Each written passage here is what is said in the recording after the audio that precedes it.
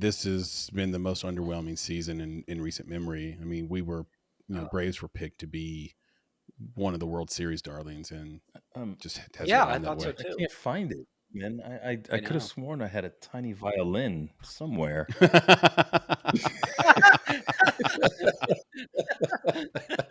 love it. I love it.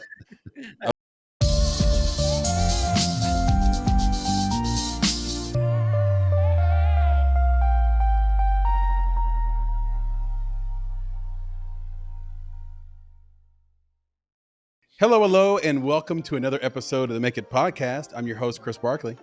And I'm your host, Nicholas Buggs. Good to be here. Good to be here as well. I want to jump right into some housekeeping. But before we do that, got to say hello to producer Papa Bear with us along this journey once again. What's up? Hello, guys. PB. And with us, of course, along with Papa Bear is our esteemed guest, Jonathan Bowen. Jonathan, say hello. Hello, thank you. Well, I'm glad to be here. Well, we're glad to have you. We got a lot of exciting things in store. There's a lot of your journey that has mirrored Nick and I's journey. And we noticed that right away as we spent the last week and a half in the world of Jonathan Bowen, just researching you and everything you've ever done and said. It's like that's a not book to freak title. you out. That's but, a book title, bro. In the world of Jonathan Bowen. Yeah, in the world of Jonathan Bowen. That's what we're going to dig into today, folks. So I hope you're ready for that. We have a lot of fun segments and things in store for you. But like I said, first things first, couple of pieces of housekeeping. One, I'm sweating bullets right now. Guys, look at my face. It's already getting moist. Why is that? My thermostat in the studio went off. And we're not, and the show must go on. You know, I'm a soldier. It must. I'm a soldier. And Chris, just for you, I turned my thermostat down as well. I guess that didn't help because it's cooler in my house. My bad, bro. I know. I'm sorry. Hey, man, I'm going to take my shirt off. Hey, flex Does on America them. want to see that? If you Does got the world flex want on to them, see flex that? on them. No, I appreciate looking at you sweating like a sinner in church. It's all good. You know what I'm saying? Well, been there. So, you know. He dabbing. What you need is that MLK fan. Yeah, you know I need. Where's the old lady fan? I need the. Right. I might use this pad as one right here. Dude, So if you guys see me fanning and tapping, that's because I'm trying to keep the sweat from dripping down my face as we do this wonderful interview. Second piece of housekeeping is on the Joe Ligo episode at the very end, maybe towards the middle. Oh my, Jonathan's trolling me right now. For those just listening, he put a Snuggie on. But in the last episode, for those listening, now for those watching, editor Kate put the correction on the screen. They saw that I made a flub. But for those just listening, you have spent the last couple of weeks thinking that I am an idiot, and you may not be completely wrong, but I said that Michael Mann was dead. And I meant, and I was thinking about Michael Madsen, who is also in Heat, who did just recently pass away. So me, don't kill me. Me, not Michael Mann. Shout out to Michael Mann, still alive and well, still doing amazing things. I meant Michael Madsen. Nick? Yeah, he called me, bro. Too. Yeah, How many times me. did he call? Yeah, he called me. He was like, bro, I am not dead. I'm like, I know. We're going to make the correction. Housekeeping. Just wait till the next episode. Just give us time to... Exactly. This is why we need to go to every week again, maybe, so the housekeeping comes a little faster. No, we got to let him sit on it. Because now Michael Mann's been dead for 2 weeks. in the minds of thousands. Yeah, in the minds of thousands. It's not good. Well, yeah, hey, so tens of thousands now. Yes. That's pretty good. Yeah, exciting. But yeah, so my housekeeping was just, we got the PG County Film Festivals, the PG Film Festival going on in PG County, Maryland. That's happening this week. It starts tomorrow, the 26th, and it goes through October 4th. So the only little piece of housekeeping is, yes, I did say that, but what we put on the screen said September 24th through October 4th. So I just want to make sure everybody knows it's tomorrow. I'll be there. It'll be great. Yeah, and what he means by on the screen is the last episode again with Joe Ligo. We had on the screen, the graphic was sort of incorrect. Okay, with that being said, guys, how about we jump into some Story is King? We good with that? Let's do it. Okay. Jonathan, what should we know you for? Yes. I guess Probably Amy Allison fans originally, but I do think the comic shop that just came out this year is something that, obviously more people would have heard of. So those are the two main things. And what is Amy Allison fans? Because it does have an Let's interesting talk about title it. where if you didn't know that was a movie, you might think that's Right. actual fans. So yeah, describe that. It's giving me MySpace feels, you know what I'm saying? No. Like, there's a there's a period of time. But go ahead. Hit us with it, man.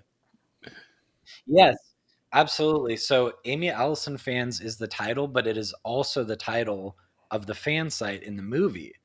And so the movie, it was my first feature, and it was kind of also based around when I was younger. I ran some fan sites like for Vin Diesel, Jennifer Love Hewitt, and I'll be honest, it was purely about the money. Like it was a time at the internet where you could make money, selling posters and affiliate links and all that. So I had this idea that what if there was two actors who moved to Hollywood to make it, like everybody does, right? And her career really took off, and his goes nowhere. And so then forced to pay the bills, like his half of the rent and student loans, he launches a fan site about his own girlfriend, but without telling her. And so that was kind of like the basis of this romantic comedy. I would describe it as a guy's romantic comedy, more like I Love You Man or something. Forgetting Sarah Marshall, those are kind of, inspirations. But yeah, so that was the basic idea. Love it, man. I like it. So what are you working on now? I've got a number of things right now. Like I've got one that I can't really talk about because it's something where it depends on a person saying yes to the project, and that person doesn't know about the project, but I know him, and I've worked with him. Oh. It's just a matter of putting together a pitch that would be appealing, basically. So that's something I've worked on. Like the biggest hint I can give is it's kind of like This Is Spinal Tap. Like it's like a mockumentary sort of thing. Yeah. I think it'd be really fun. I think it'd be really funny. And the way I would do it is mostly improv. Like the scenes would be well scripted. It has to be produced in a way that you know where you're going to be and what you're doing, what the point of the scene is. But the person is so funny that you want to kind of let them loose within those confines. So I just have my fingers crossed. I know who it is. It's Drewski. I'm not gonna say anything. It's Drewski. I know who it. Nope, it's not Drewski, but I know who it is, and it's not Vin Diesel. So I'm just gonna tell you all that. Why would it be Vin Diesel? Because he said he did the fan site for Vin Diesel. Oh, got it. Oh, okay, got it. Oh, yeah, I know. I just connected those dots. I wish, don't I? Sorry. Yes. Yeah. See. Oh, My I got Jennifer so Love many letters. Hewitt and Vin Diesel. All right. Oh well, I'm excited to see that. Go ahead. Oh, I was just gonna say, what's really funny though is we always talk about that. It's the guys who are really creepy. Like they're the stalkers and all. I almost didn't get any emails ever from any guy saying, "Oh my gosh, Jennifer Love Hewitt, I love you." Like it happened. It did happen, but it happened probably fewer than 10 times. I would say I got like 10 emails a week on Vin Diesel World. And he'd be like, "Oh my gosh, Vin Diesel, you're so hot. Like, I want to marry you." And I was like, it literally says at the bottom of the site, this is a fan site, not in any way associated with Vin Diesel. And I am not Vin Diesel. Wow. But it didn't matter. It was just really funny. So I got a question. Did you send the panties back when you got them in the mail, or did you keep those? All right. That's awesome, man. There's a missed opportunity right there. I didn't have an address. See, there you go. I'm not going to ask you what that opportunity is or was, but he also didn't answer. Yeah, he also didn't Secondhand answer. Yeah, he kept sale. those panties. Those panties are in the crib, special drawer, hidden away. Right. No, Right. I like it. Listen, I won't guess the person, but I think that if the idea is good enough, and this is just my thinking on it, and you're passionate about it, please don't let it hinge on one person saying yes or no. Sure. The comic shop. Tell us about that feature film. That has Jesse Metcalf in it. I thought he did a great job. I watched the film. We all watched the film. Tell us Oh, about good. the comic shop. Yeah, so the comic shop is basically about a guy, Mike, played by Jesse, who always wanted to be a comic artist. He didn't want to own a comic shop. But then, he ended up kind of falling into this, and it was his backup plan, and he just kind of accepted life as it came after that. He kind of gave up on his dreams. And you can see it at the start of the movie. The guy's struggling with alcohol here and there. He's grumpy. The business isn't going well after the pandemic. So now that, of course, imagine how depressing that is. You chose plan B, and even plan B is looking like a fail. That's rough. Yeah. So the comic shop was sort of based a lot on a real life guy I knew, who honestly his name was Mike. And it was partially based on my experiences as well. So I took these two real life people and put them into one. And for me, it was kind of my way of artistically approaching that. I had been doing corporate work for, been running the company now for 17 years. And after my first feature, I had more than a decade gap. And of course, I wanted nothing more than to make another movie, but I just didn't have the money. I didn't have the means to make it happen. And since the first movie didn't really go where I wanted it to, I was just waiting on the sidelines. So I was kind of channeling a little bit of that into the character of Mike. And then, of course, there's a lot of fiction, like the character of Brandon, who's a teenager who moves to Vegas and starts going to the comic shop and is very inspired by Mike and sees his illustrations on the wall and whatnot. Brandon is kind of like a young Jonathan who was less cynical. So the movie was almost like, what if an older Jonathan met a younger Jonathan? What would the two think of each other? And they don't hit it off immediately. That's very cool. So there were some interesting things that, I was trying to put into there. And, of course, there's a heavy element of fiction. Like, I think sometimes you just use reality as a springboard to get you into the story. But it was a personal kind of story for me. Yeah, we could kind of tell that, and it is dangerous. We commend your courage, your bravery to tell something that's so close to home. Back in my songwriting days, I always knew I had a good song whenever the people around me thought it was about them and were really upset about it. Whatever the song may be. That's when I knew my lyrics were good. That's when I knew the song was hitting. When people are apathetic, Sure. especially people around you, they don't want that, they don't give it any attention. It doesn't have any sort of attentional weight and resonance. You didn't do it, but when it does, and people are like, hey, that's about me, then you're touching on something. And it takes a lot of freaking courage and bravery to continue on that path, knowing that you might lose friends, family, whoever around you, or you might lose the ability to know them personally because they stop sharing intimate details of their life with you, because it might show up in a memoir or something down the line, or a film. Right. So I just commend you for your bravery on that one. Well, I have to say this, Chris. I knew 100% for a fact that when you wrote Chocolate Rain, it was about me. So, and it sold right away. It did. away. It did. That dude on YouTube, man, I can't remember his name. He picked it up and he made it a thing. So good job. The rest is history. Well, 15 billion streams later. That's right. Chocolate Rain. Chris, Isn't that how it goes? Chocolate Rain. My friends are jerks. The song's called "My Friends Are How Jerks." can you say it's not about me? You titled it "My Friends Are Jerks," and I'm your friend. You're right. Yeah, he's never that on the nose. That's all I gotta say. I write songs like "Chocolate Rain" and "Sex Dolphin." And things like that. He got this one song. It was crazy. I was like, "Wait, is that about me?" He's like, "No." I'm like, "Dude, it's called Black Guy Named Nick." So, how many black guys are named Nick? Come on, it can't be you. Right, it can't be you, bro. What a narcissist. You're right.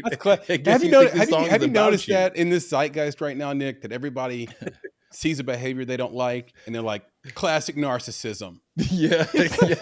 Right.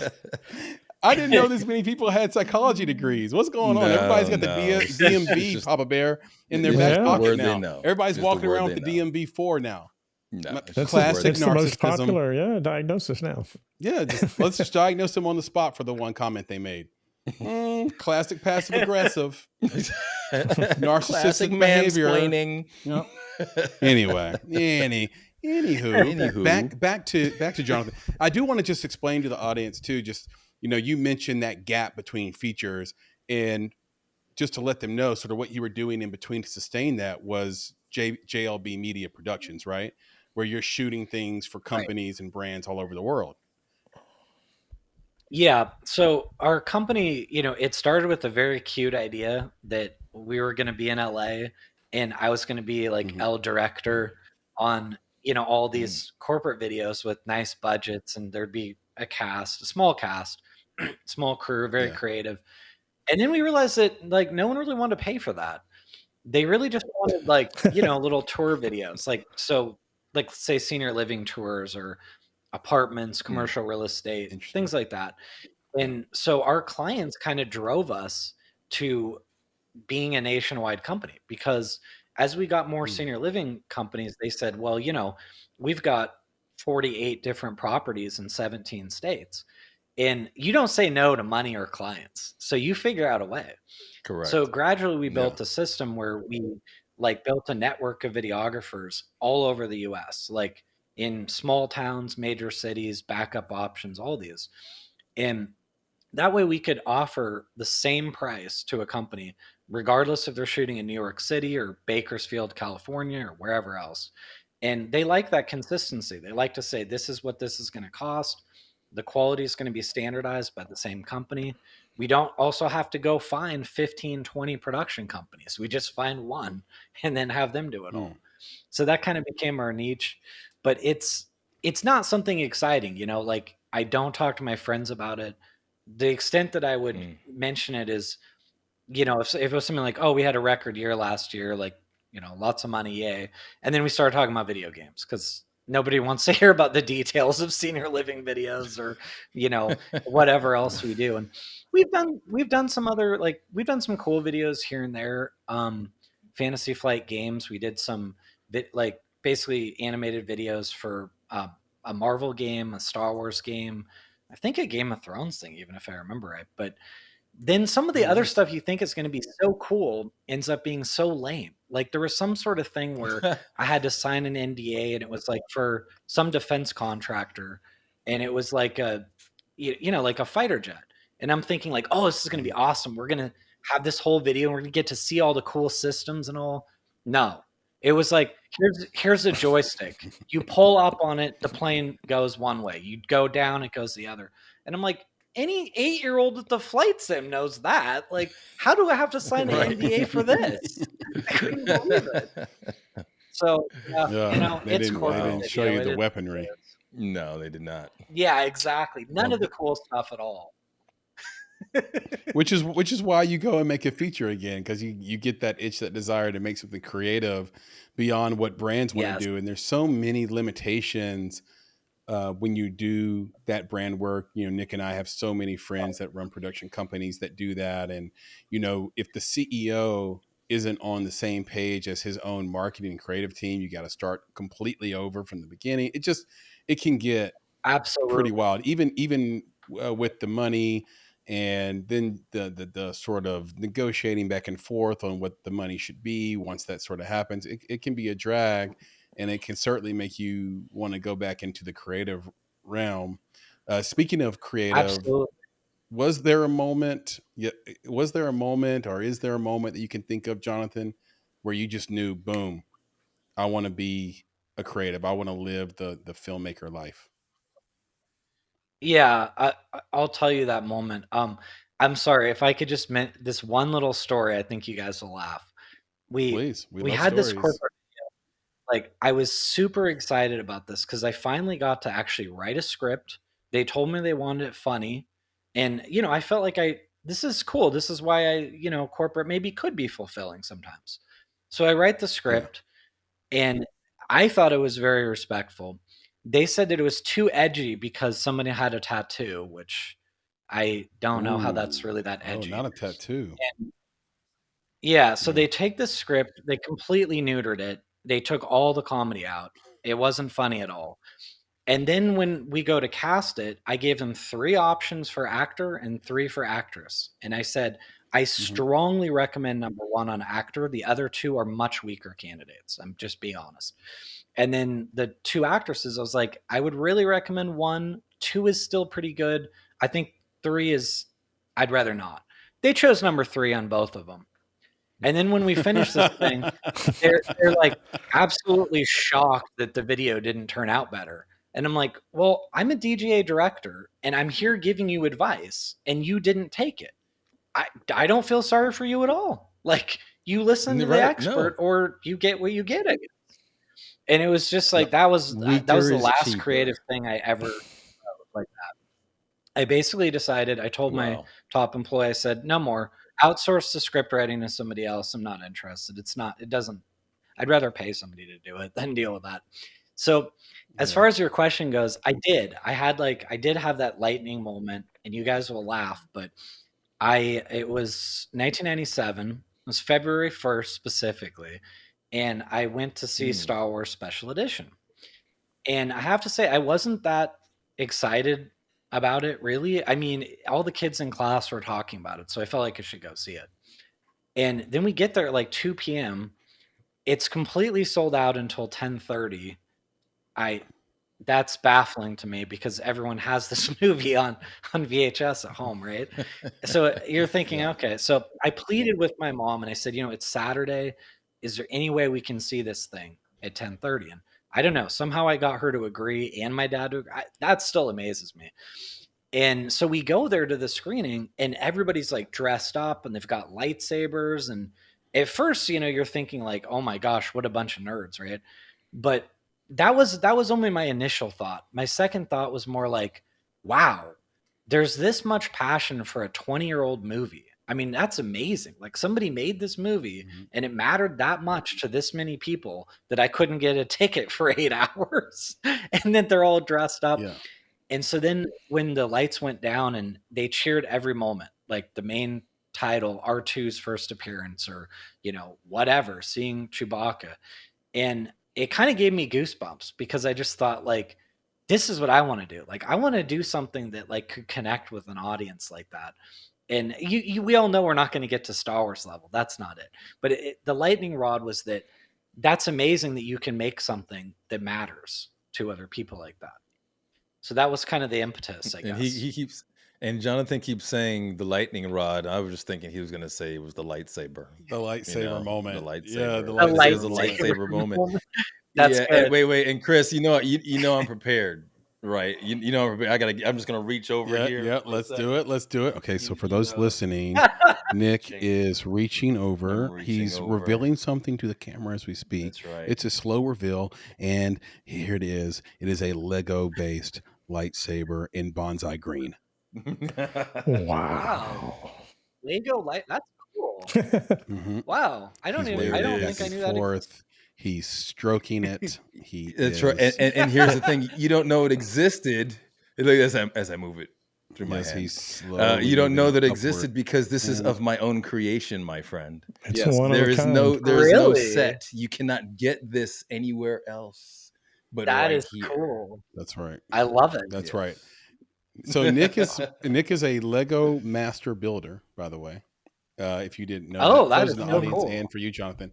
So all of these things behind him, I just want to take a second to brag on Nick again, as I have many times on this podcast. All those behind him are all Legos. Every one of these squares, these aren't sets. He just did them. So these weren't kits. He just grabbed a 12 by 12 Lego board and then created this world of a background and a backdrop that he has. It's definitely one of a kind.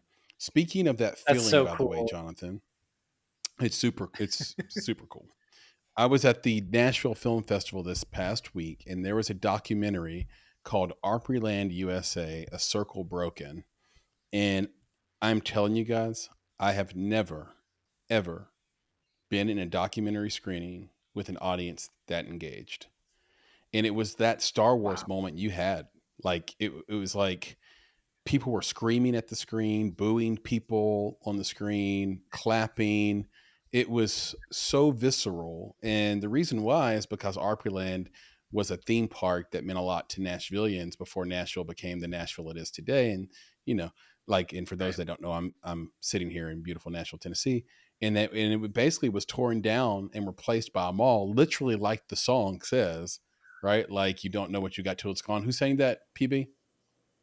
I give up. Well, it's from your generation. It's like, oh no, seen to go, but you don't know what you got till it's gone.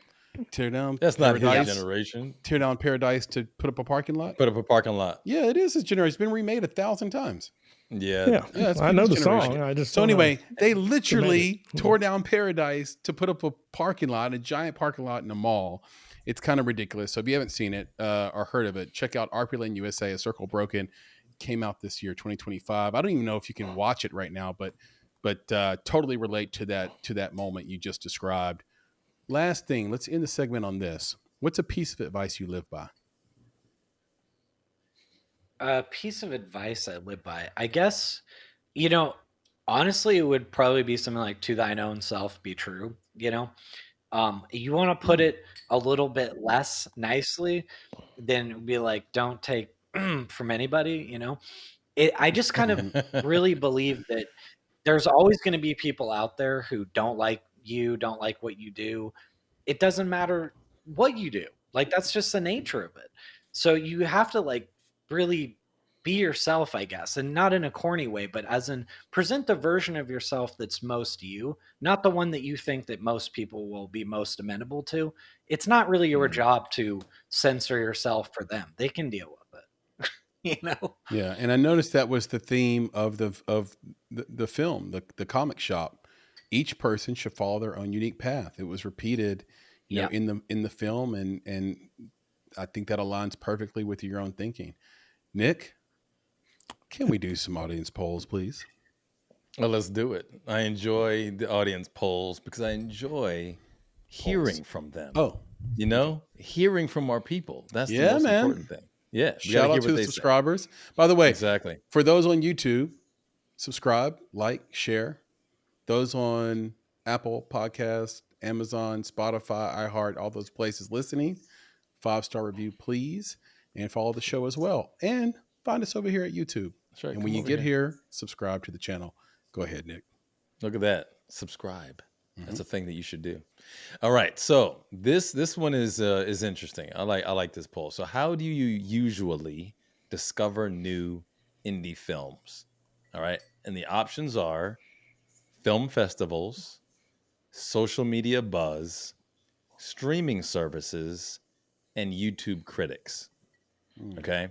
So I guess normally we go in the order of, highest to lowest. I'm just going to go in order of the options. Okay.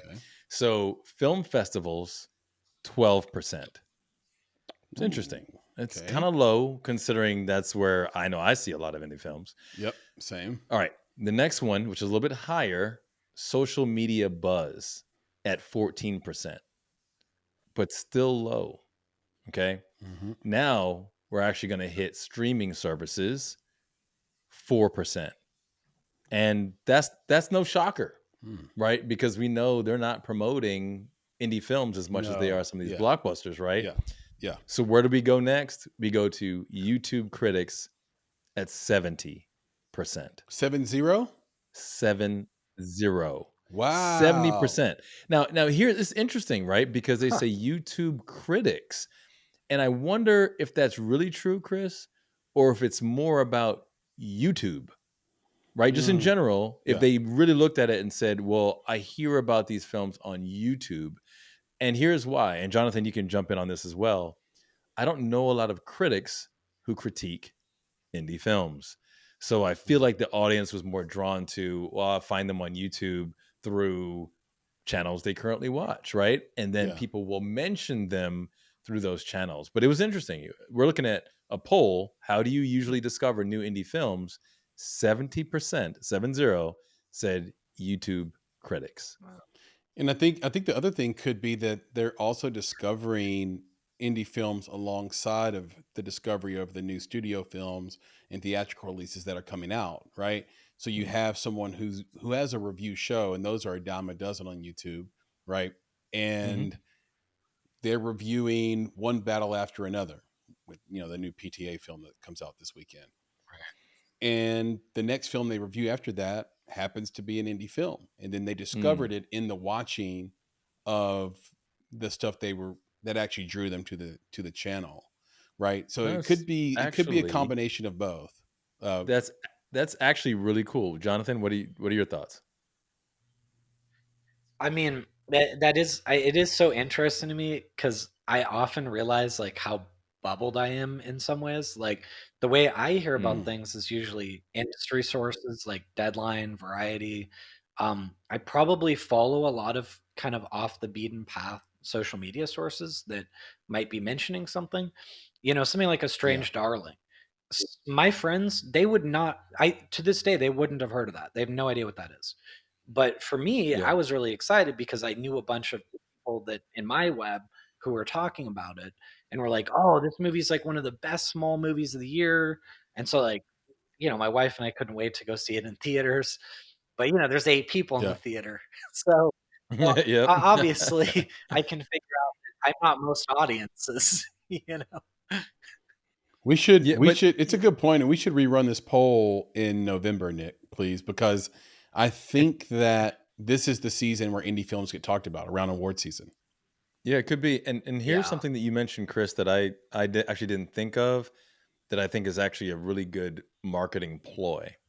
And I don't even know if Jonathan thought about this. I mean, this is something that we might need to take advantage of, which is you actually have a lot of notable filmmakers, right? So they're of note because of a movie or a TV series that they've been in, or even a commercial.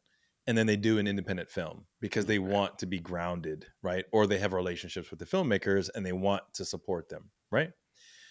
And it's hard to promote those independent films because they're indie.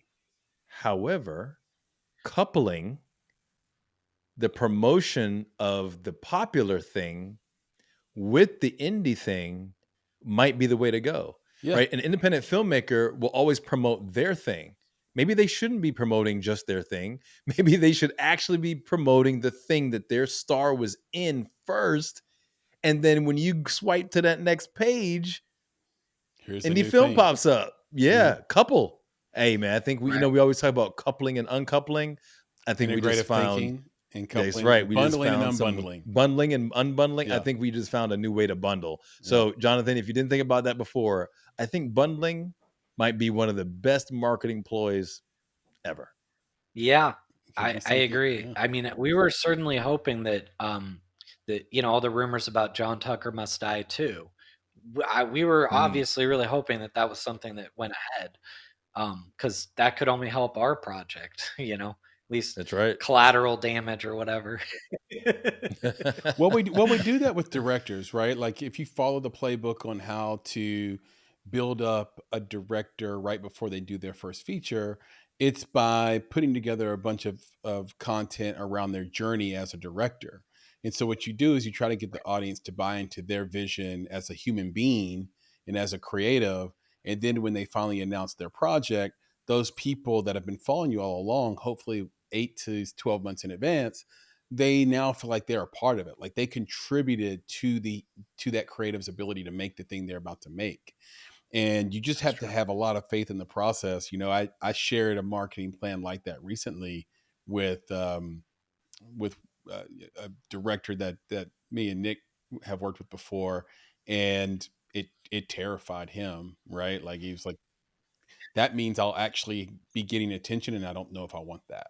And that's an interesting thing because I think it's really honest. It's like, I do want to make stuff, and I do want to make great stuff, and I do want to make money, but I don't want anybody to know about it. Or about them, right? That's the thing. It's like, know about the project, but don't care about me because there's a reason we're behind the camera. There it is. Exactly. So I totally get it. Again, so much of just being out front is a lot of courage, and there's a lot of peril that comes along with it. So anybody that's doing it on a regular basis, they're always going to get love from me. And I know Nick and Papa Bear feel the same. All right. So great audience poll. Thank you guys for voting on it, keeping us honest. And, honestly, I've always said like audience polls on our platform is like studio data, right? right. Like you can go through our platform, look at our community post, and actually see what the audience really wants to see, how they really feel about things. So visit the Make It podcast on YouTube, go to the community tab, and then check out those posts if you're making something and you want to see what the temperature is in the zeitgeist. With that being said, Nick, can we please pay some bills? Cha-ching, my friend. All right, Papa Bear, get your checkbook out. Let's get to writing. All right. All right. We'll be right back. Let's pay some bills. Hey everybody, Chris here, and today's episode is brought to you by Insta360, the trailblazing camera brand renowned for its innovative 360 in action cameras. Their brand new pocket-sized marvel, the Go Ultra, just dropped this week, and it's set to revolutionize the way creators capture on-the-go moments. Compact like an Oreo and weighing just 53 grams, this little powerhouse is not just designed to fit in your pocket, it's crafted to deliver stunning, super smooth 4K footage at 60 frames per second. With its ingenious built-in magnet mounting system, effortlessly you clip the Go Ultra on your clothing or hat for immersive POV shots while running, cycling, or enjoying precious moments with your friends and family, or just creeping on that old girlfriend. No, I'm just kidding. Not that part. Don't do that part. That's not good.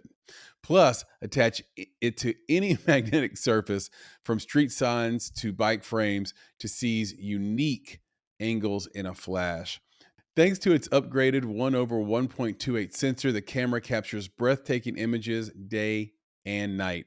And don't worry about the elements. The standalone camera boasts an IPX8 waterproof rating, allowing you, and this is amazing, to dive up to 33 feet deep with this little camera. The cutting-edge stacked polymer battery promises a long-lasting performance and rapid charging, offering 70 minutes of runtime on its own and up to 200 minutes with the action pod. So this is like a separate accessory. You put it in there.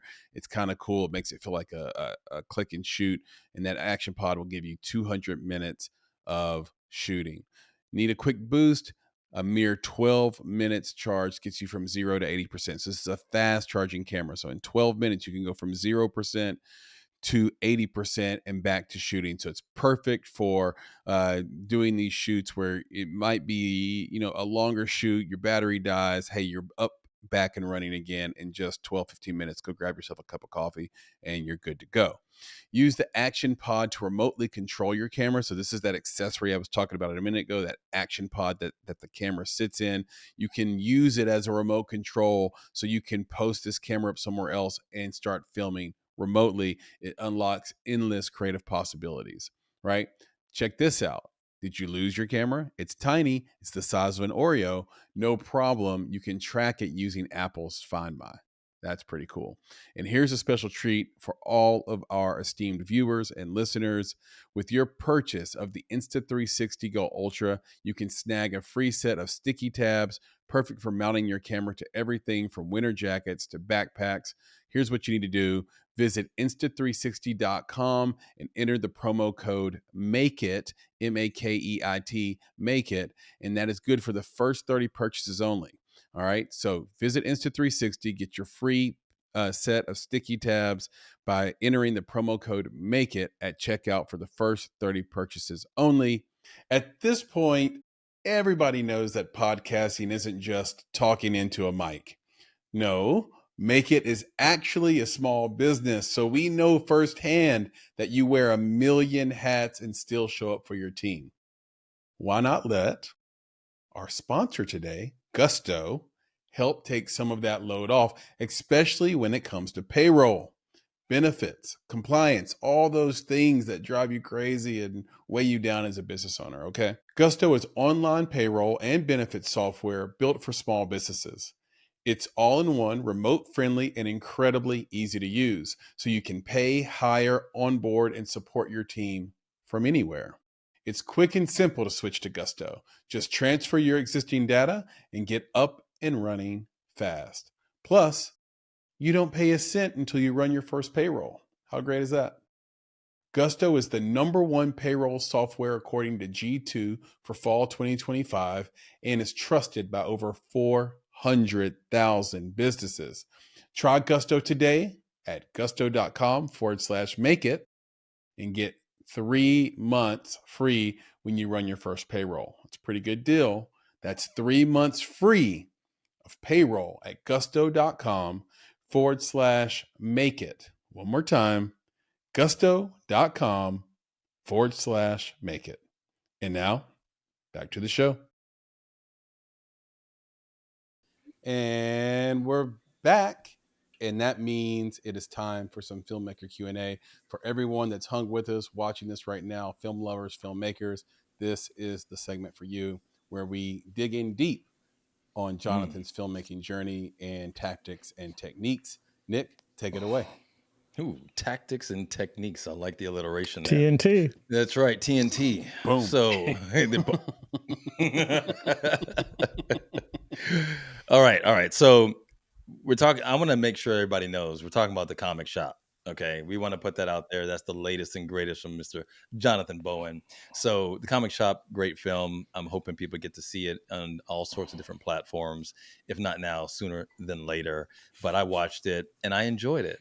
And one of the things that I enjoyed most was actually the parallels between that film and not just Jonathan's life, but also the parallels between that film and its story and the filmmaker's journey.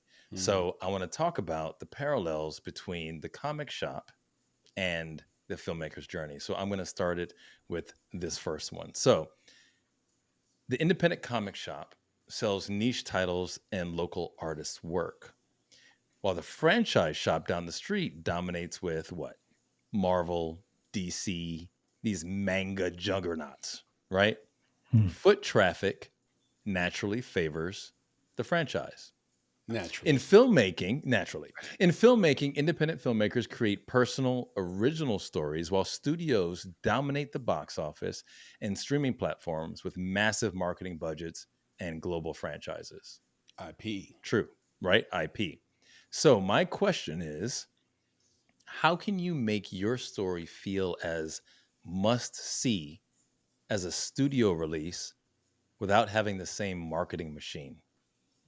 Well, honestly, I would argue that you can't, and that's okay, because you need to define your audience and your niche that you want to target. Because if you look at the way studios do things, it's always that we can't compete with them. That's not really always true. They can't compete with us in a lot of ways. Because think about it. If you make a very controversial film that you know that there's an audience for, they're not making that. They're not touching it. It wouldn't play worldwide. A lot of those controversies wouldn't even work in a different country. They wouldn't care. And then they're thinking about this thing, and it's like they're putting the reputation out there. What I would caution, what I have learned, especially I learned this lesson on the first film, don't try to make a studio movie on a smaller budget. You're trying to play their game and beat them at their game. They're the best at it. Don't do that. Play your own game that they're not willing to play with you. Do something that they cannot do or would not do. They wouldn't touch it.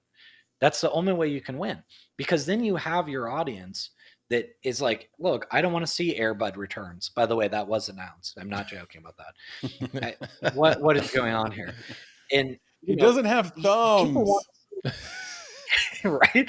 People want to see something that's like, that's really targeted at them, because I think especially in today's world, right? It's easy to feel left out if you're not like other people in one way or another. It doesn't matter. Pick some field like that. And you feel like, oh my gosh, no one is speaking to this. Well, you as an indie filmmaker, we need your movie out there. I mean, we don't necessarily need Air Bud 5 or, Saw 18, but your movie might have something really interesting to say. And so what if your audience is only potentially 5 million people? That's still a lot of people. And that's 100%. Barely above 1% of the United States. But it's 5 million, And I think most indie movies would be pretty happy if that was their audience. So try to find like, who is this movie for, and be honest with yourself, because indie filmmakers love to say, "Oh, it's for everyone. Anyone who likes movies would like my movie." We hate that line. It's our least favorite I line. don't know about that. Like, nothing is for everyone, and that's If it's for okay. everyone, Like, it's for not no one. then it's for no one. Exactly. And we already know the studios do love that. that. They're like, "Oh, put some romance. You got to draw the ladies there. How are we going to get date night crowds? Got to put a romance story." Mm. And then, "Oh, could we film some of it in China? Maybe, like, would that be? We should do that. Act 3 is in China now. The whole thing is authentically pieced together, because, and I'm not trying to judge. They have to. When they spend that kind of money, they're the ones who are constrained. So it's like, oh no, they can do anything they want because they have 200 million. Now they can't. They have to do very specific things because they're spending 200 million. You can do anything you want if you're not spending that kind of money, because you don't have to care. Like, if you made a movie cheap enough, who cares? No one saw it. Oh well. But if nobody sees the next Avengers, well, there goes 200 million on the movie, 300 million, 200 million in marketing. Yeah, we can't afford that kind of risk. Yeah. That's Shout out perfect. to Jim Frederick, Yep. who kind Good of point. mirrored those same feelings.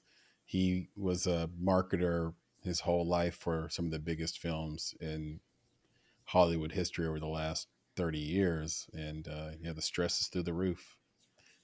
Yeah, that's a great Yes. response, Oh, man. I yeah. definitely appreciate that one. That was awesome. All right, we're gonna go on to the second one. All right, so let's talk about the comic shop parallel. Right, back to the comic shop. So the indie shop owner often barely breaks even. We saw this in the film, struggling, right, choosing passion for comics over financial certainty in some regards. In the filmmaking space, independent filmmakers frequently work multiple jobs to fund their art, trading financial stability for creative fulfillment. So, my question is, how do you balance financial sustainability with staying true to your creative vision? Yeah, I think that is a really hard one. I mean, I wish I had a perfect answer. All I know is that you have to find some way to carve out time when you can. It's almost like make a date with yourself, whether it's something stupid like 3 hours on a Saturday or something, because if you don't basically make that appointment, the weeks will pass. I had it happen to me, and I'm doing corporate work. I'm spending all day long, setting up shoots, writing checks, doing bookkeeping, just boring stuff. And even if you do own the company, it doesn't matter. It's still just as boring as it would be if you worked for somebody else. And so then, of course, what did I want to do at the end of the day? I just want to watch a movie or play some video games or just relax a bit, spend some time with my girlfriend, now my wife. But I realized after a while, it's like I got to make the tough decision sometimes and not choose the fun thing, but actually do the work. And it doesn't have to be a ton. Like, when you really think about it, I mean, even look at a novel. You read a page a day, you'd have a book in a year. Just one page. That's not much. And a screenplay is only 100 I pages tell myself long. stuff like that all So, the time.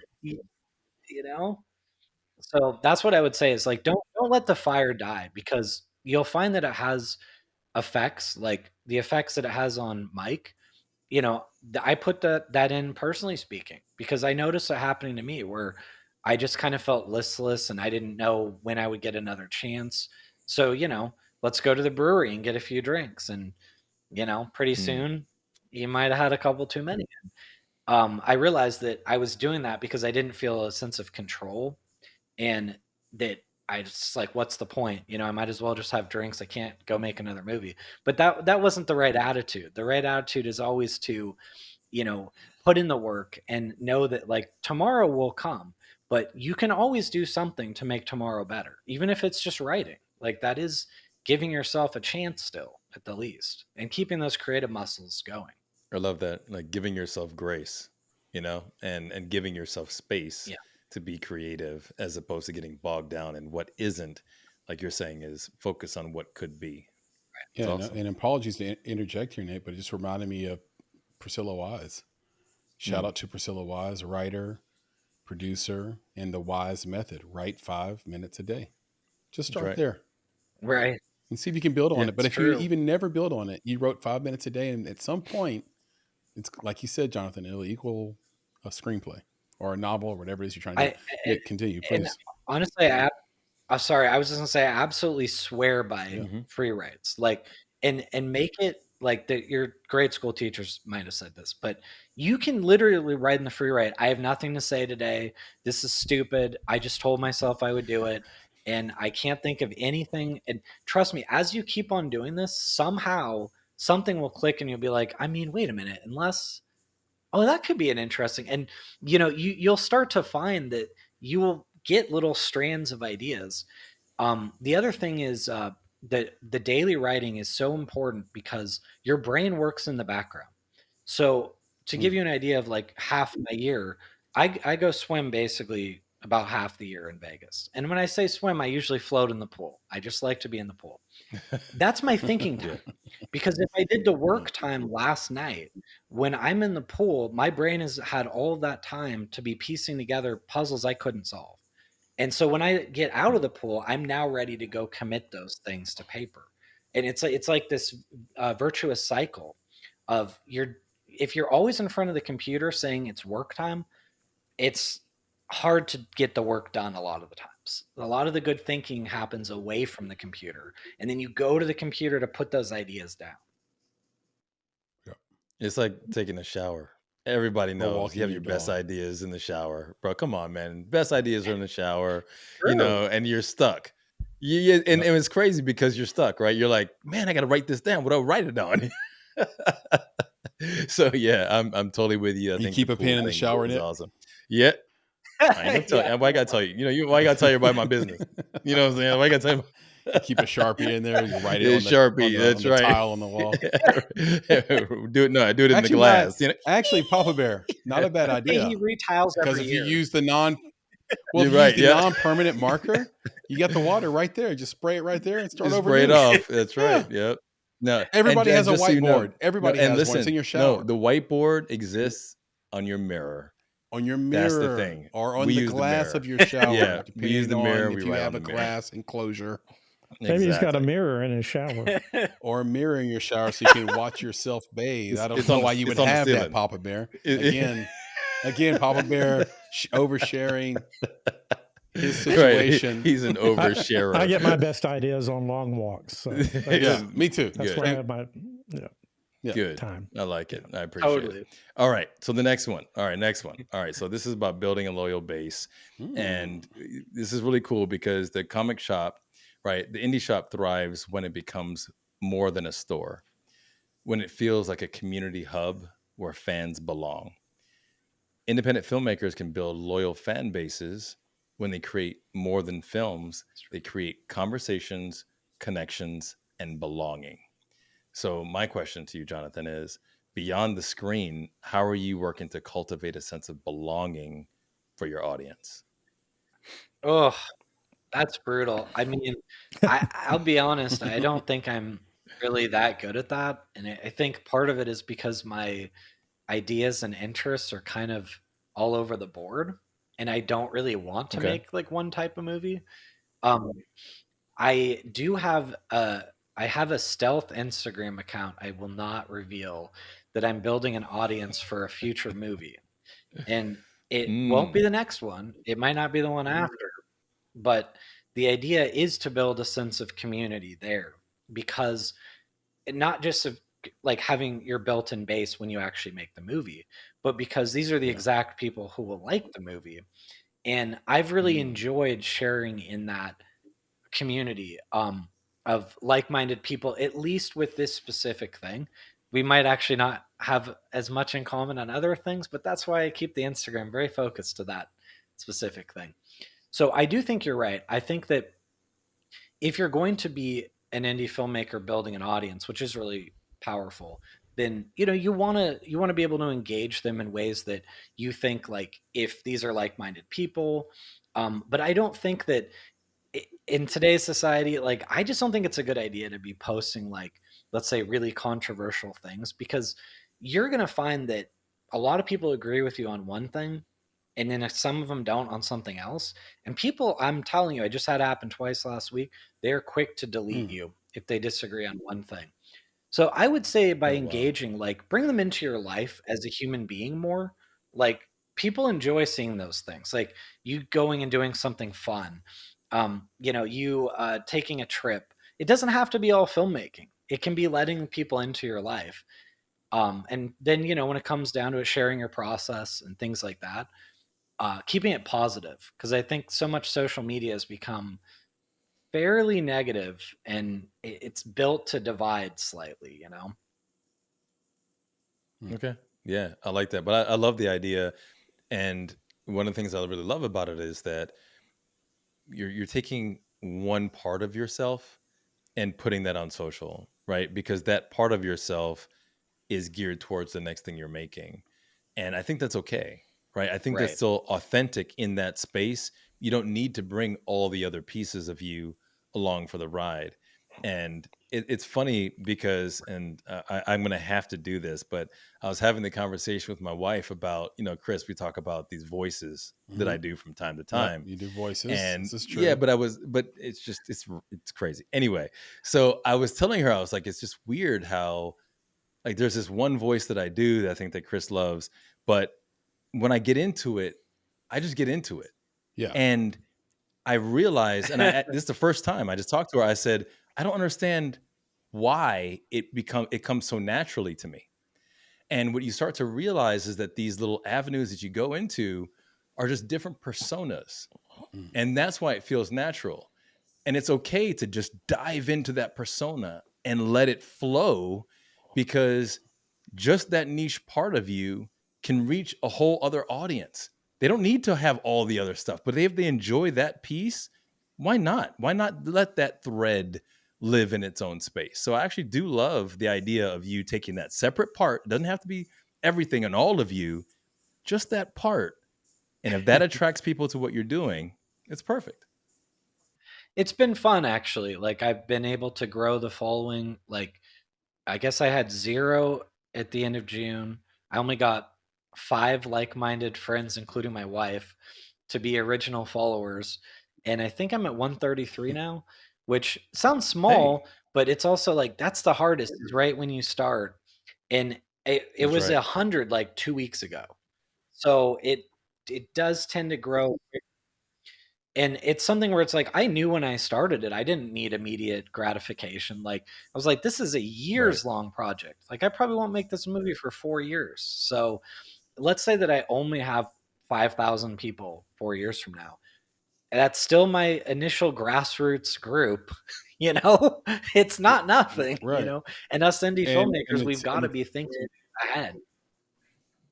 Yeah. And it's 5X the Kevin Kelly line, right? The Kevin Kelly, founder of Wired magazine, I believe. Like, he has a great essay called 1,000 True Fans.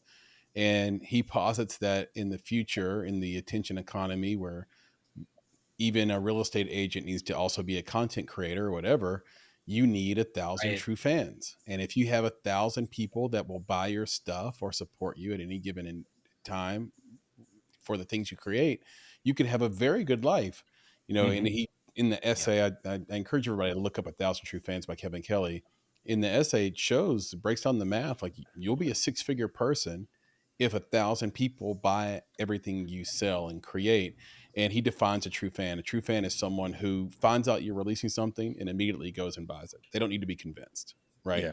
So just think of anybody you're a fan of, and the fact that you'll just go and get it because they made it. That's what it takes to be a fan. And so if you're trying to me, that's what you're trying to do, Nick and Jonathan, is like, can you get people to follow you for all the right reasons and then become truly invested in the stuff that you're creating, which requires some emotional investment on their part, right? But they're emotionally tied in to it for one reason or another. So yeah, I love that. Yeah, you're absolutely right. I mean, even for, bigger directors, there's times where, like, so I was a big fan of The Game with Michael Douglas. I think 96, 97, I think. Delightful film.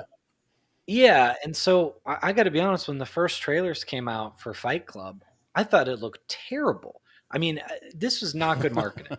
and then I saw, it's directed by David Fincher, and I thought, well, I know that I hate the trailer, but The Game was one of my favorite movies then. So it was like, I owe it to him to go see this movie and not just judge it based on the trailer. And then Fight Club is actually one of my favorite movies ever. Yep. And it's still a famous case of Fox didn't know what to do with the marketing on that movie. Like, and I don't blame them, because how do you do that? You're going to spoil the movie if you give away too much. But if you don't give away too much, it doesn't make any sense. So they were kind of screwed either way.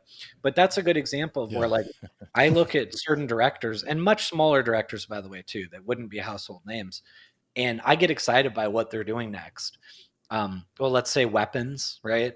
It's like, okay, I was just going to say I Weapons. love I'm literally about to say Weapons as an example. That's crazy. Exactly. Like, yeah, and you think of those kind of things, and it's like, that matters to me as a film fan. At least for me, that's a big deal, is to be like, oh, right, okay, that's the director of this. And like Saltburn, I can't wait to see what she does next. I mean, that's a messed up movie, but I saw it like 3 times. I really loved it, you know? Truly messed up So movie. Yeah, that's great. Yeah, Saltburn is such a cynical movie as well, but it is. You know, and I'm forgetting the name of the director, and I should not be forgetting it. She's done. Is it Emerald Fennell? I think. Yeah. Yes, Emerald Fennell. Thank you. That she did the movie before that was also pretty cynical about, you know, really messed up. Really messed up as well, but also brilliant, right? So she continues to do really brilliant things that you know are polarizing, but really exciting to watch. And with Weapons, even the studio didn't think they would do as well as they did, because the trailer was nothing, because they couldn't give anything away. If you give away, but you're not going to learn anything about the movie. I thought it was genius the way they did it. I'm saying, but if you're the type of viewer that has to know what the movie's about before you go watch it, and sadly, just a lot of those people out there, Weapons is going to be challenging for you. But I would say go to the movie because it's great. Yeah, I know movies aren't movies so weird like that, because it's like, if with something else, you know, like a razor, right? You know, it's like, here's a razor. This is what it looks like. It has 3 settings. It has 5 blades. We all know what a razor does, and here's the price. And then you go, okay, sounds like a fair deal. With the movie, you're like, ooh, it's this mystery box. Like, you have to pay the money, and then you get to see it, but it might be horrible. Like, right. It's kind that's of why you bet on the director, right? You bet on the actor, you bet on the you bet on the studio, on the producers, you bet on everything. But I'll also say this, just to follow along with that, like, you get 5 blades on your razor and find out that your single edge razor still gives you the best shave. That's the indie film of razors. That's right. It does. Single blade. That's right. You keep adding all these blades. Why do I need all these blades? Yeah, like, come on, man. I know. What is with that? Like, do we need like 19 blades? So you can charge me $29.99 for it?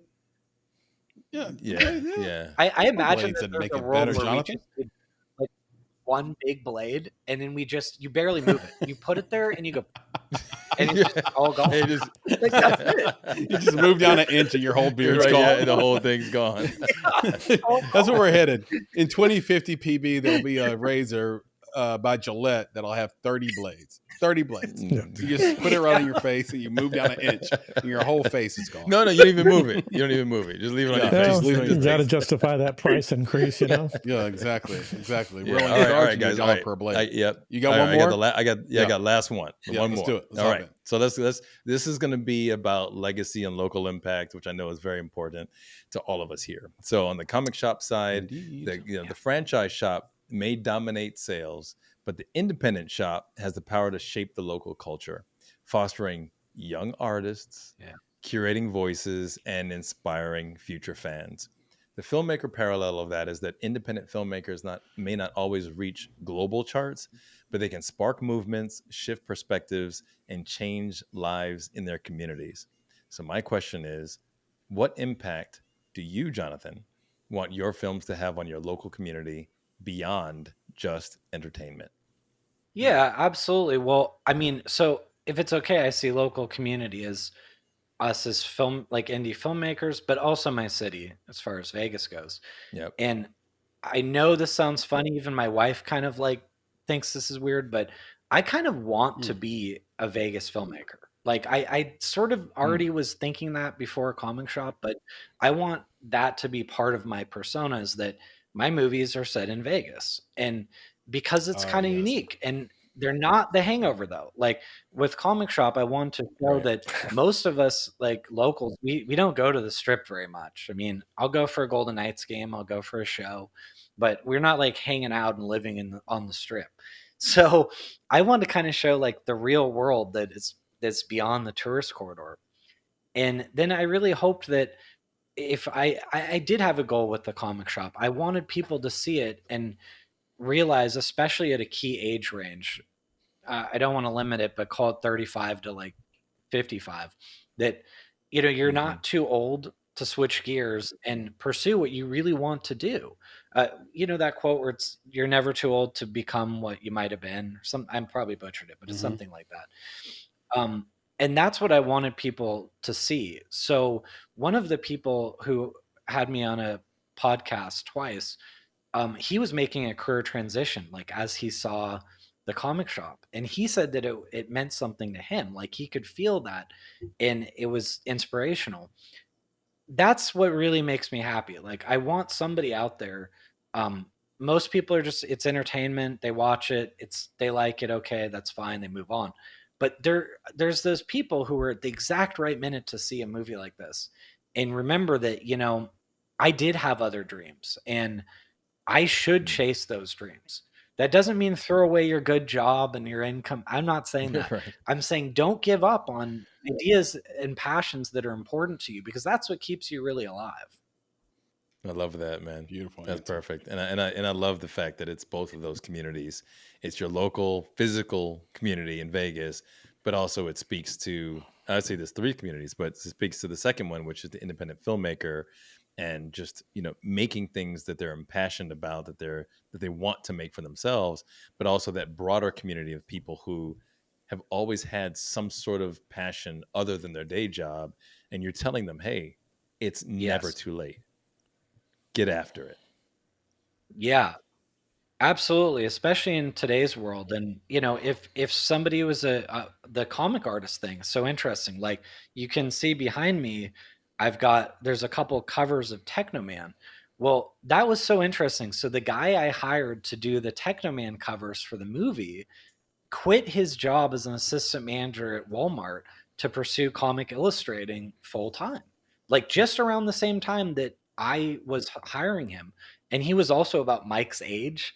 And I had to joke with him. I said, man, you were the real life Mike we're making this movie after, you know? We're making this and movie so it's about really been you. like, you know, just like seeing his journey. And I know that there's tons of other people out there like that. And like I've always said, I'm not encouraging some extremist behavior. Like no one's saying don't feed your family, quit your job, and go, you know, do nature photography because that's what you always wanted to do.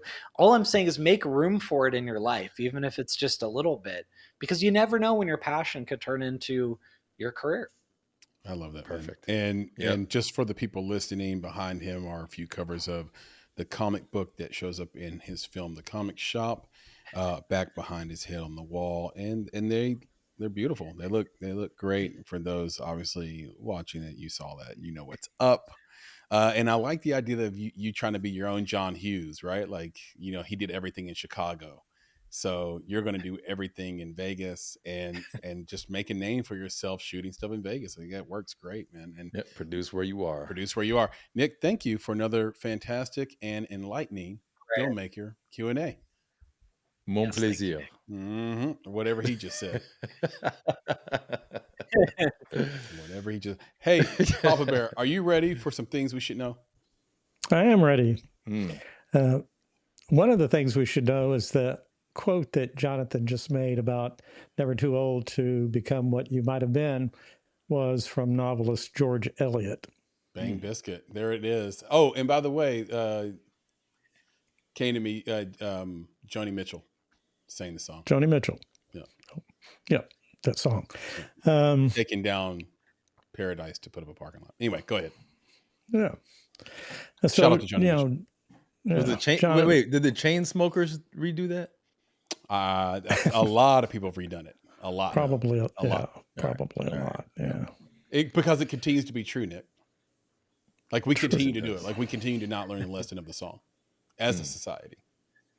Yeah. Anyway, can we overlay it on this episode without Welcome to getting in humans. trouble? That's right. Thank you. Welcome to humans. Let's find out. We'll find out. Yeah. All right, PB. All right. Well, Jonathan, you've seen a lot of movies. Yes. And you've been 2 a doing a lot day. of talk. He watches 2 a day. 2 a day since he was a teen. And I think he even once said something to the effect that when you became a movie maker, a filmmaker, you wanted to know what came before you. Yes. Yeah, so you watched even old classics all the way back to the 1880s. Yeah, your first 30-second or 60-second movies. Yeah. So there have been a lot. And you're all about Las Vegas. And so your film, The Comic Shop, was shot entirely in Las Vegas. Yes. So my question is, what was the first movie to be shot entirely in Las Vegas? Wow. So That's you jump right away to Leaving really Las good. Vegas with Nicolas Cage, but that couldn't even be close to the first. It's got to be early. Could it be something? Could it be something like Sinatra based, or I don't know what. Could be. I think he's been to Vegas. Yeah. I'm just wondering, like, what would have been the first? There wasn't a lot here in the 50s. I mean, but I think it was probably back. I bet it was probably back in the day. First, is it okay? Any guesses what the film Papa is? Bear, what is? I don't know. Papa Bear, what is is it a feature film? Is it a short film? Is it a documentary? Can you say that without giving too much away?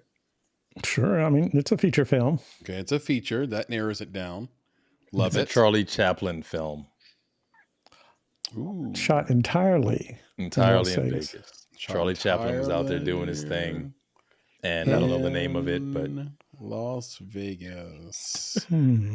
What year did the strip get started? The 30s? When was Charlie Chaplin? Did the strip get started? Or sooner? No, sooner than that, wasn't it? 20s. 20s? Yeah. 30s. The booming 20s, Jonathan? Because, So we have no Chris. clue. No, we have no guesses. This is so no off guesses. the wall, bro. Nick is calling us out because thought- we're trying to intellectualize this and like we're scratching our brain. No. Perhaps, and that's right. the literature back when I was in school said right in the 30s. Was it the 30s?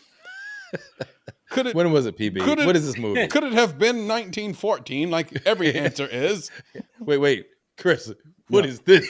This is how people would move their chest when they talked in 1914. 1914. 1914. All right, PB. What is the answer to this question? I have no clue. N.K. Bugs. Right. Because nobody used their names. It was always P.T. Barnum. Do people still care? W.W. Shields. According PB. to the available records, the 1955 film Las Vegas Shakedown is the earliest movie shot entirely in Las Vegas, primarily at the El Rancho Vegas Hotel. Oh, wow, this did not go back as far as we imagined. Okay. Have you seen that one, Jonathan? I haven't. I figured it was probably in the 50s, but he did. I'll give Jonathan credit. He did say the 50s, Nick. Did he really? I mean, he kind of said Sinatra was around the 50s. I feel like he kind of said it. Who's in Papa Bear? Wait. Who's starring in it? Why are we watching doing Frank Sinatra? I'll get out of my. I'm be so mad. Right, go ahead. Since Jonathan's a director, I'll first start with the director. Was Sidney Salkow, Salkow. Spell it again, Papa Bear, so I can write it down. Sidney, Sidney, Salkow, Salkow, from an original screenplay by Steve Fisher. The film stars Dennis O'Keefe, Oh wow, Colleen Gray, and Charles Winninger. and it was released on May 15th, 1955. Huh. And shot mainly at that El Rancho Hotel. Was a casino at the north end of the Las Vegas Strip. Wow. It opened in 1941 as the first resort on the Strip, known then as Highway 91. Huh. It was located at what is now the southwest corner of Las Vegas Boulevard still and there? Sahara Avenue. Well, the El Rancho Hotel is still there. Oh, there it is. So Papa Bear is revealing this episode's Easter egg. Behind him is a painting of the El Rancho Hotel. Chris. Wow. The PB just fell out of his chair. I was like, where'd go? He just, whoa. We got to keep PB. We got to keep Pete protected. Keep PB protected. out. Yeah, no. I was concerned for a second, man. I was like, man. Just fade off the screen. Right. You gotta warn us. You gotta warn us next time. Quite PB. a reveal. It was quite the reveal. I was concerned. I had to put an APB on my Thug Family for a second. You know. Listen, I did have to touch this up because right on that white column that sticks up, okay, he's it moving. said El Rancho Hotel. So I was gonna say I'm mad because the answer was right in front of us the whole time, which has happened to us numerous times now on this show, Nick. Hey, but He I has wouldn't the know. answer right behind him. 1955 El Rancho Hotel. No. Is this That's still the thing Jonathan? that Is Jonathan this should hotel know. still there? Do you know? No, it's been torn down. Oh, it's been torn down. Okay, so does that mean the I think strip so. came It in was the famous 40s? though. Then? Very, very famous hotel. Okay, so he knows about the hotel. So does that, Papa Bear? Before we wrap this, does that mean that the strip was made started in 41? Then with this hotel? I don't know. Since you said it was the I'm first not one on sure. the strip. Well, it's the first casino hotel on the Strip. Okay, we'll have to research that and then put that. That's why I was saying Charlie Chaplin might have been a little too early. 1941. Yeah. It was the first one. It was built in 1941, and so Charlie Chaplin, I think, was before that. Yeah, he was. We had sound and color by then. I think maybe not color, but definitely sound and movement. But Papa Bear, that is definitely a thing we should know. Absolutely. If your name is Jonathan Bowen. Especially if your name is Jonathan. About that if place. your name is Jonathan Since you live Bowen, you in Las need to Vegas, know this. day in and day out. Yeah, that's all you Yeah. True. Yeah. Hey, now I got do. something. Yeah, exactly. You got Now an you do. icebreaker for your next That's meeting. right. That's Love right. it. Today is the day he Well, became and what I do a is Las I Vegas usually- director, producer, writer. Yeah. Usually when there's like at least significant movies that I haven't seen, I get kind of agitated, and then I'll go write it down, and I'll make a point of watching it like that night or the next day, because I'm like, no, gaps in knowledge get repaired. I like that. I'm gonna write that, Jonathan. I'm gonna write that down. Gaps in knowledge get repaired. No. Immediately. Okay. Immediately. I like that. I'm writing that down. Quote Jonathan. I'm gonna put that up on a sign like people put platitudes in their home. That's right. There's no hesitation in his education. There's no reservation In the allocation of the information. Okay. Yes. Right. I love all that. Right. Oh, that's good. Hallelujah. Forget all that agitation. That's and right. aggravation. Wait. Before we go, I Enjoy this alliteration. That's right. I did the thing earlier, but I didn't give it to Jonathan. Okay. So I got to do it now, if you don't mind. All right. Do it. So Jonathan, I mentioned it earlier, but I'm going to do it now because now the audience is kind of like, what are you talking about? Wouldn't you said be the pretty. thing earlier, but you didn't do it. So I'm going to do it because I mentioned it earlier. So I'm going to go ahead and do it. So I'm going to be like, only Jonathan. Jonathan doesn't understand the rules to the game. He wants to play the game, but he won't play the game. We ask him to play the game to learn about Las Vegas. Okay? We teach him about Las Vegas. We tell him the thing we should know. And then he's like, information in my brain, and I have to take it because if there is a gap, I got to close the gap because, I got the AI chip. The AI chip is in my brain, and if I don't close the gap in the information, then all the information and the alliteration is going to cause me some consternation. And if it causes me consternation, then my wife is going to be upset. And if she's upset, then what are we going to do? I don't understand. So you know what? Forget it. Back to the show. I love it. Wow. I love it. Wow. Bro, Man, you got to do voiceover. honestly, I don't even know where I to be out already. The problem is I hear that voice, I think of it as an old Jewish lady. You know what I mean? Yes. That's how I hear it. But what he hears, what he said wife. That's not right. No, I said his wife was the one. You live in different the information. You know, I mean, that's exactly. This is true. And honestly, Jonathan, I don't even know how that happens, bro. It's like a whole other thing, you know. But we say that I love because we love you so much. So, in love and respect and adoration and admiration. Okay, so let's move forward. You know Papa what? Bear, that is definitely a thing we should know. Jonathan Bowen, are you ready to clear the set? Sure, why not? After that, let's clear the set. Jonathan, what are your 3 favorite films? 3 top films. Tie for the Star Wars movies. I'm putting that. That's really hard. I probably Blade Runner, and I'll throw in something like Gladiator. I know those are pretty mainstream, but okay, you know, I'm talking about what I like to watch the most often. Not necessarily my film school, like Citizen Kane and The Usual Suspects. Yeah. You know, I love those movies, but yeah, I do find that question to be tough though, because it depends so much on mood. You know, like I choose what I want to watch a lot of times. So I'm like, I'm not feeling like seeing that kind of movie right now. You know, yeah, it's incredibly tough. That's why we like asking it. Name the film you're embarrassed to admit you haven't seen. You know, if I could think of one, The Seventh Seal comes to mind. I'm gonna say it wrong, but like Leggetti, like honestly, those are on the list, and I know I got to see them. I haven't seen them. Those might be like 2 of them. I'm sure there's others, but I try to see things. I get somewhere I'm like, I got to get around to that, and I still haven't seen it. You know, he should be embarrassed because he hasn't seen Undercover Brother. So you need to handle up. You know what I'm saying? Like, come on, man, get it on your list. Make it a thing. Brother. Make it happen. Everybody's seen Undercover Brother. Come on. Exactly. What are you talking about? I watched Undercover Brother yesterday. Right, exactly. And you know that movie was made about me too. So just don't tell too many people. You know what I'm saying? Yeah, Undercover Brother, Black Dynamite. Name the film everyone loves that you hate. Oh boy, you know, I'm gonna name one in honor of his new movie that just came out right now. I hate There Will Be Blood.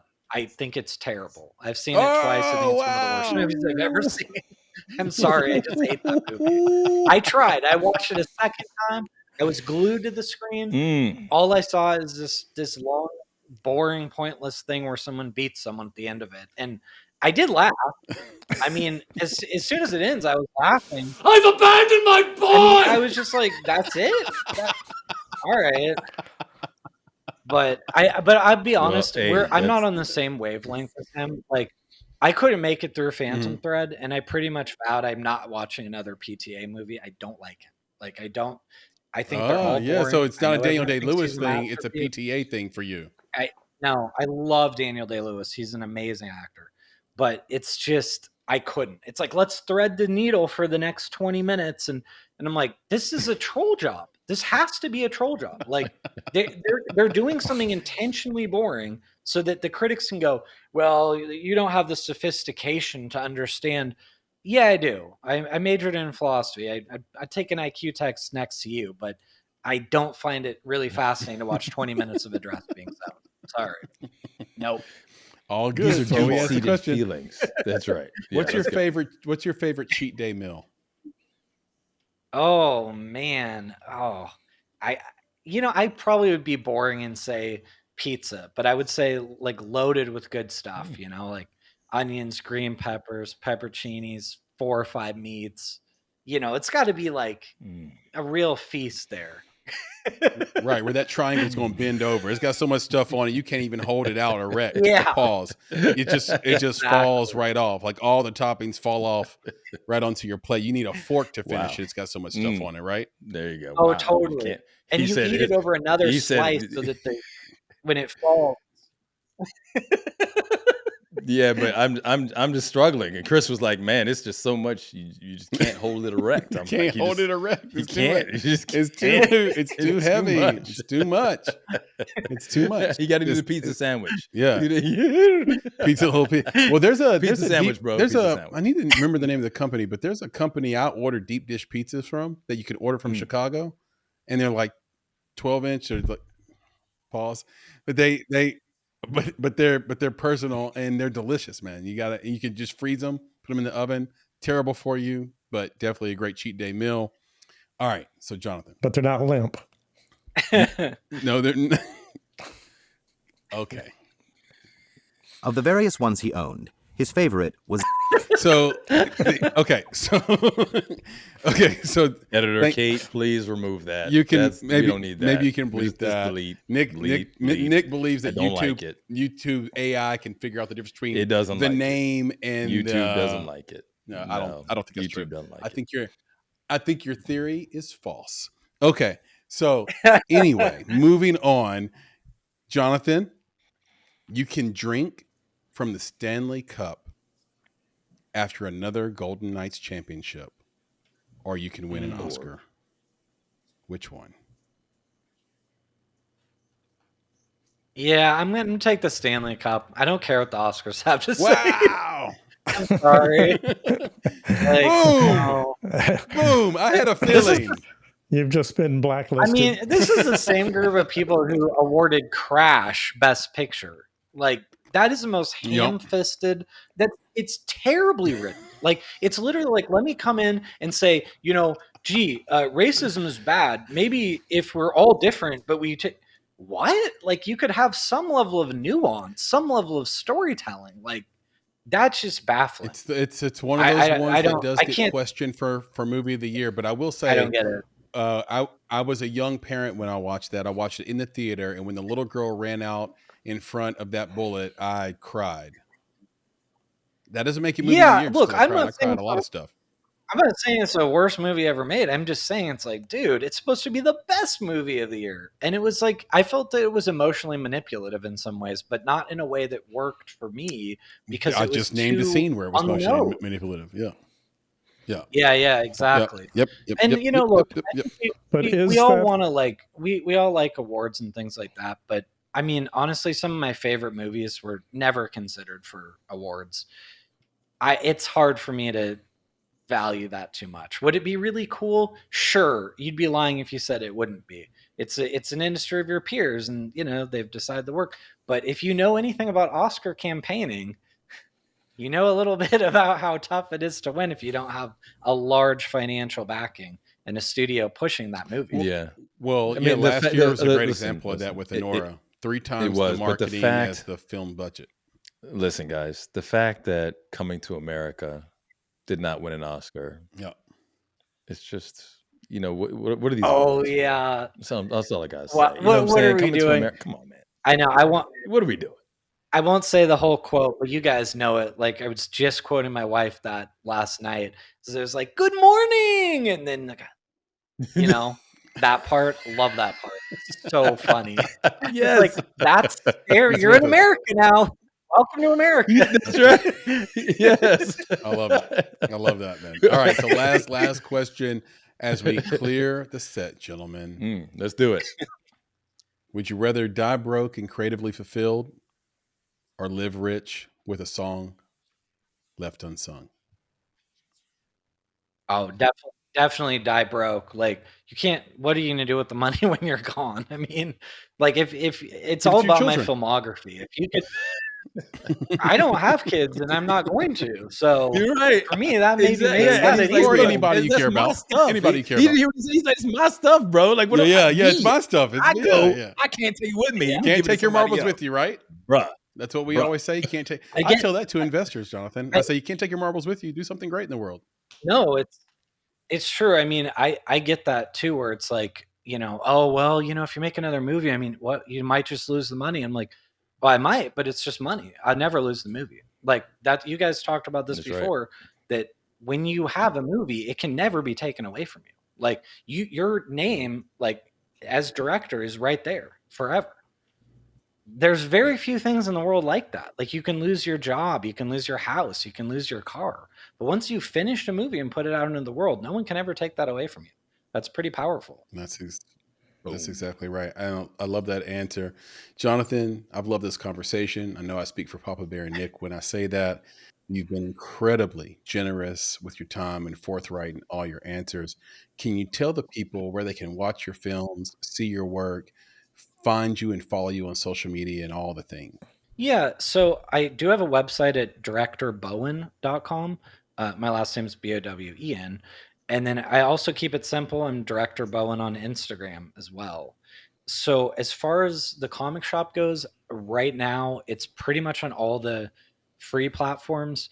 I would say, and I know everyone wants to watch it for free, but if you do happen to see it on Apple, it actually has a full surround mix. It is a lot better quality than what's on Tubi or Amazon. We did put a lot of money into a good music and surround mix. So just saying, don't judge what we did if you watch it on Tubi as far as the audio. Their audio isn't great. And the other little note, and I can't tell you for sure where it's coming, but I'm guessing all the usual suspects. My first feature film has not been in distribution since 2017, but my current distributor is bringing it back in November. So very soon that will be streamable. That's Quiver, right? It's Quiver. I was really happy they picked up the rights to my first movie, and that's actually how the second movie came about. Is I was trying to wrestle away some of the rights from the producers. I owned the movie, but not 100%, and so I had to get them to sign off. And then we got to talking about making another movie together, and we got so busy making the next movie that we forgot to get the first one back out there. So that's like kind of the culmination, is that now both my movies are finally going to be streaming again by the end of the year. So that's great. Yeah. Shout out to Quiver, and congrats to you. You heard it, folks, here from the horse's mouth. Go do likewise. Follow him, watch his film, support his creative journey like we do with all indie filmmakers here. Support indie film. Put your money where your mouth is. And it's the interesting thing, Nick, I'll just mention about the sound. I've also found just doing QC for this pod on the audio side. PB, I don't know if you've noticed this, but the podcast sounds a few decibels louder and better on Spotify than Apple. And I have no idea why, but we just sound better on Spotify. And I got something to drop on you, man. It's something that I've learned is that, so I'm sure everyone uses their Bluetooth in their car. Mm-hmm. Okay. If you use Apple Music in your car, you do not get the full level of audio control that you can get with Spotify. So if you use Spotify in your car to listen to music or even podcasts, you get full equalizer control of the audio with Spotify. So they do take sound a little more seriously. Yeah. And it's interesting where it's a completely different experience. It is, but for the layperson, they don't know the difference. But those who are really looking for that experience, Spotify does provide that. Yeah. And just to be clear, on your Apple device, you can go in and change the EQ, but it only affects music and doesn't seem to be affecting podcasts. So that's a separate app that has a separate EQ that you can play with, but it doesn't affect podcasts for some reason. Whereas Spotify, podcasts and music are viewed equally. So when you mess with the equalizer on Spotify, if you do that, then it's going to affect pods or music.